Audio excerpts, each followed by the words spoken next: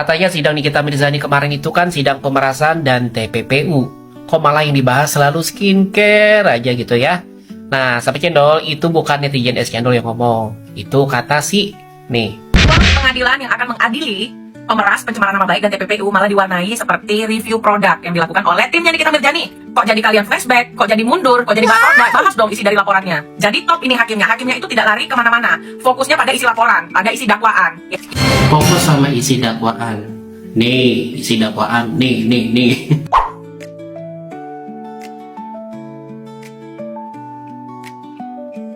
Boleh nggak sih netizen es cendol bertanya balik ya, kenapa sih mereka tidak mempertanyakan gini nih?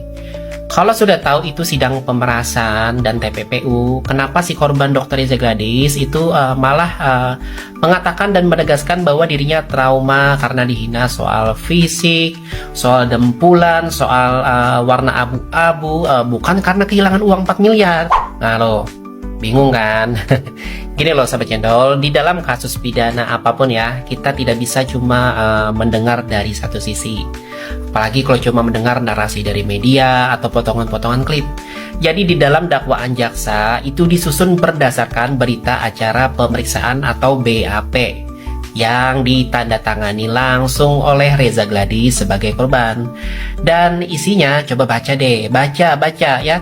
Jelas-jelas menyebut penurunan omset produk skincare akibat unggahan dari Nikita Mirzani. Kemudian hampir di setiap poin dakwaan jaksa ya, itu banyak sekali hal-hal yang dikaitkan dengan skincare, dan dimulai dengan awal mereview. Nah, tapi di ruang sidang kemarin, Reza Gladys mengatakan bahwa dirinya terancam secara pribadi. Katanya bukan soal skincare loh ya, tapi soal abu-abu, dempulan, tuduhan penipu, dan sebagainya loh ya. Nah, ini nih yang bikin kita mikir ya kan sahabat cendol, mana yang benar kira-kira ya?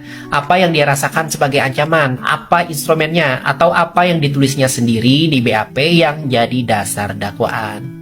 Dan disinilah sahabat cendol, kenapa tim kuasa hukum Nikita Mirzani menurut saya ya harus menanyakan secara detail soal produk skincare, soal Bipom, soal jarum suntik, soal overclaim dan sebagainya kemarinnya.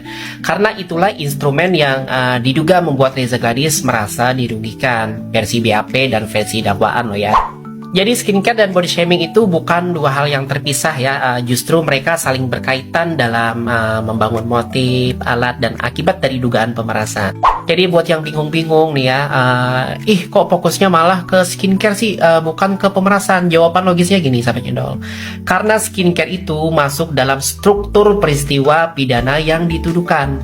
Gak mungkin bahas pemerasan kalau alat pemicunya aja kalian abaikan. Coba kalian jadi jaksa, disuruh bikin dakwaan tapi nggak boleh nyebut alat dan akibat dari dugaan pidananya.